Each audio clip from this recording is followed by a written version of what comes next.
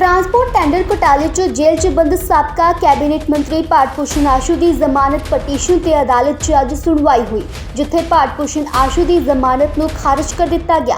दस दईए कि टेंडर घोटाले के मामले च गिरफ्तारी तो बाद आशू ने जमानत की अर्जी दायर की सी, जिसते 7 सितंबर नूं बहस हुई सी। हालांकि अदालत ने सुनवाई 9 सितंबर नूं तारीख राखवी रखी सी। विजिलेंस ने 22 अगस्त नूं आशू नूं गिरफ्तार किया सी, जिस तो बाद उसनूं अदालत विच पेश किया गया ਅਤੇ ਫਿਰ 31 ਅਗਸਤ ਨੂੰ ਉਸ ਨੂੰ ਪਟਿਆਲਾ ਜੇਲ੍ਹ ਭੇਜ ਦਿੱਤਾ ਗਿਆ ਸੀ।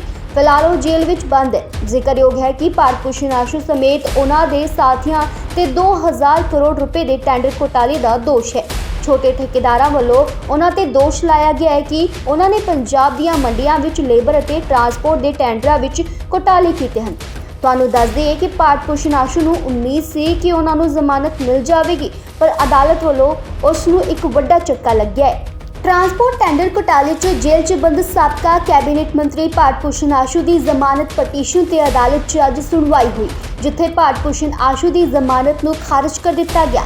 दस दईए कि टेंडर घोटाले के मामले च गिरफ्तारी तो बाद आशू ने जमानत की अर्जी दायर की सी, जिसते 7 सितंबर नूं बहस हुई सी। हालांकि अदालत ने सुनवाई 9 सितंबर नूं तारीख राखवी रखी सी। विजिलेंस ने 22 अगस्त नूं आशू नूं गिरफ्तार किया सी, जिस तो बाद उसनूं अदालत विच पेश किया गया ਅਤੇ ਫਿਰ 31 ਅਗਸਤ ਨੂੰ ਉਸ ਨੂੰ ਪਟਿਆਲਾ ਜੇਲ੍ਹ ਭੇਜ ਦਿੱਤਾ ਗਿਆ ਸੀ। ਫਿਲਹਾਲ ਉਹ ਜੇਲ੍ਹ ਵਿੱਚ ਬੰਦ ਹੈ। ਜ਼ਿਕਰਯੋਗ ਹੈ ਕਿ ਭਾਰਤ ਭੂਸ਼ਣ ਆਸ਼ੂ ਸਮੇਤ ਉਹਨਾਂ ਦੇ ਸਾਥੀਆਂ ਤੇ 2000 ਕਰੋੜ ਰੁਪਏ ਦੇ ਟੈਂਡਰ ਘੋਟਾਲੇ ਦਾ ਦੋਸ਼ ਹੈ। ਛੋਟੇ ਠੇਕੇਦਾਰਾਂ ਵੱਲੋਂ ਉਹਨਾਂ ਤੇ ਦੋਸ਼ ਲਾਇਆ ਗਿਆ ਹੈ ਕਿ ਉਹਨਾਂ ਨੇ ਪੰਜਾਬ ਦੀਆਂ ਮੰਡੀਆਂ ਵਿੱਚ ਲੇਬਰ ਅਤੇ ਟਰਾਂਸਪੋਰਟ ਦੇ ਟੈਂਡਰਾਂ ਵਿੱਚ ਘੋਟਾਲੇ ਕੀਤੇ ਹਨ। ਤੁਹਾਨੂੰ ਦੱਸ ਦਈਏ ਕਿ ਭਾਰਤ ਭੂਸ਼ਣ ਆਸ਼ੂ ਨੂੰ ਉਮੀਦ ਸੀ ਕਿ ਉਹਨਾਂ ਨੂੰ ਜ਼ਮਾਨਤ ਮਿਲ ਜਾਵੇਗੀ, ਪਰ ਅਦਾਲਤ ਵੱਲੋਂ ਉਸ ਨੂੰ ਇੱਕ ਵੱਡਾ ਝਟਕਾ ਲੱਗਿਆ ਹੈ।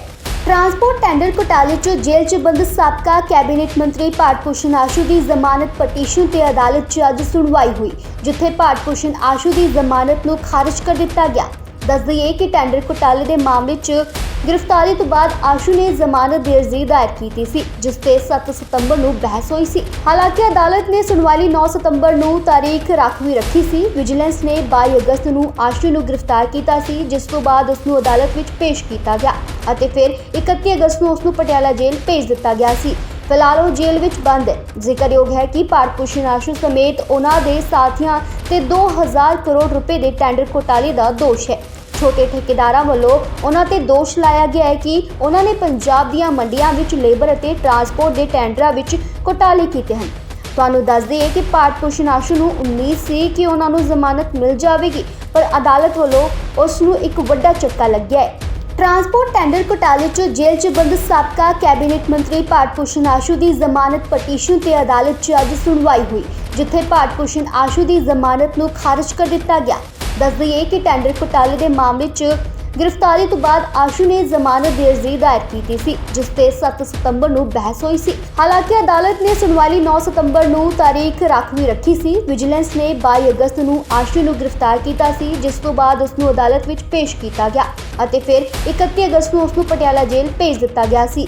ਫਿਲਹਾਲ ਉਹ ਜੇਲ੍ਹ ਵਿੱਚ ਬੰਦ ਹੈ। ਜ਼ਿਕਰਯੋਗ ਹੈ ਕਿ ਭਾਰਤ ਭੂਸ਼ਣ ਆਸ਼ੂ ਸਮੇਤ ਉਹਨਾਂ ਦੇ ਸਾਥੀਆਂ ਤੇ 2000 ਕਰੋੜ ਰੁਪਏ ਦੇ ਟੈਂਡਰ ਘੋਟਾਲੇ ਦਾ ਦੋਸ਼ ਹੈ। ਛੋਟੇ ਠੇਕੇਦਾਰਾਂ ਵੱਲੋਂ ਉਹਨਾਂ ਤੇ ਦੋਸ਼ ਲਾਇਆ ਗਿਆ ਹੈ ਕਿ ਉਹਨਾਂ ਨੇ ਪੰਜਾਬ ਦੀਆਂ ਮੰਡੀਆਂ ਵਿੱਚ ਲੇਬਰ ਅਤੇ ਟਰਾਂਸਪੋਰਟ ਦੇ ਟੈਂਡਰਾਂ ਵਿੱਚ ਘੋਟਾਲੇ ਕੀਤੇ ਹਨ।